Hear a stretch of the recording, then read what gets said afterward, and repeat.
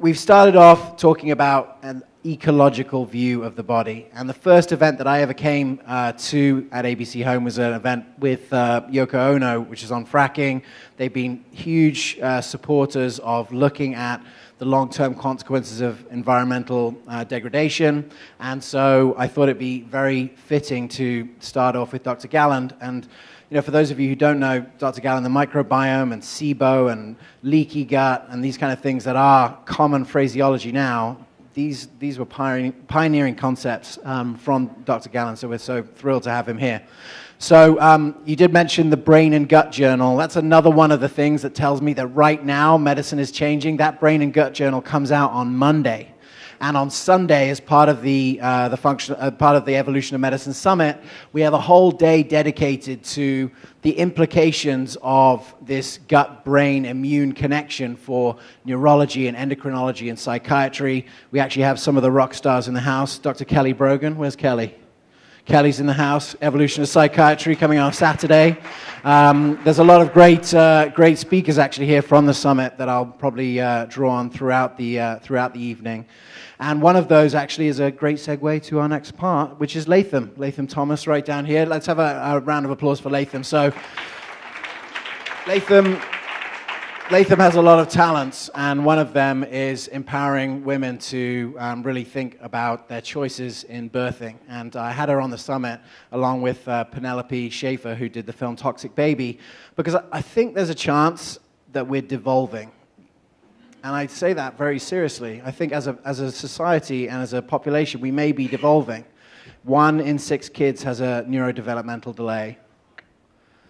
We have 1 in 25 boys in New York and New Jersey have autism. You know, these are some serious things. And if, you know, just imagine what the medical system is going to look like when those people are all adults.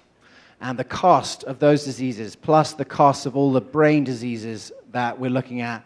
You know, brain diseases are even more problematic because it takes 2 to 3 people to look after every single person that has Alzheimer's and Parkinson's. So these are things that we have to get right now, otherwise we might do some damage that we're not going to walk away from.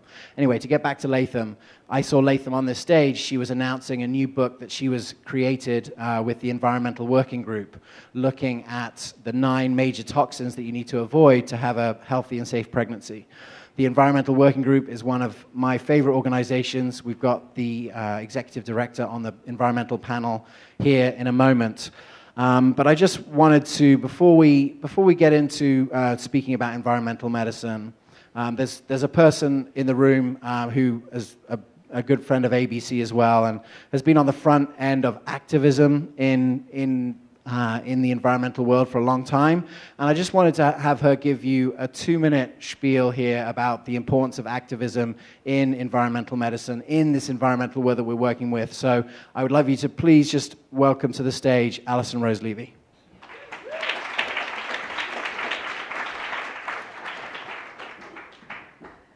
Hi, everybody.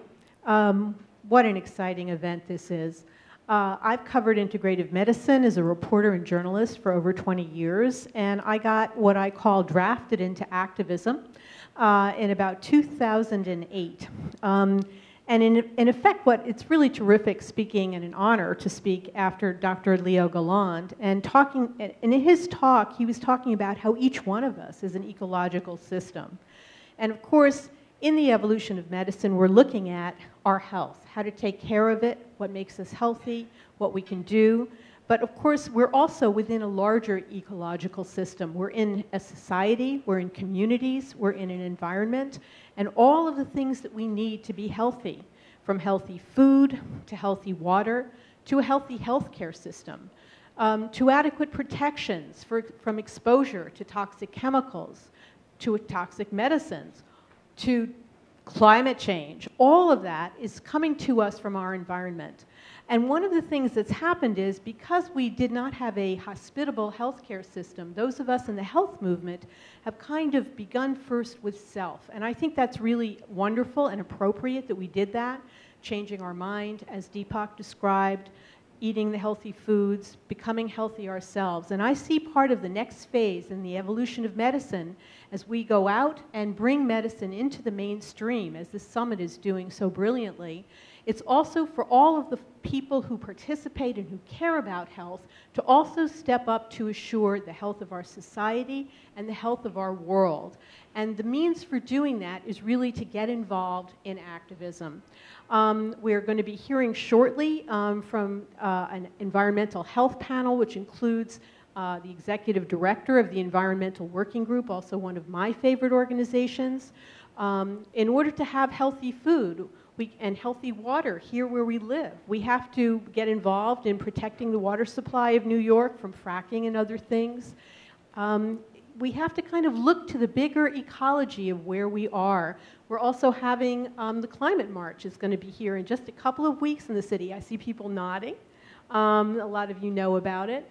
So, you know, one of the things that I think is really important as we reach out with this system of medicine is also reaching out to get involved, to take action, to act to change our world and act to change our society. And there are a whole host of groups that are protecting our food, like the Organic Consumers Association, Food Democracy Now!, that are protecting our environment, like New Yorkers Against Fracking, 350.org.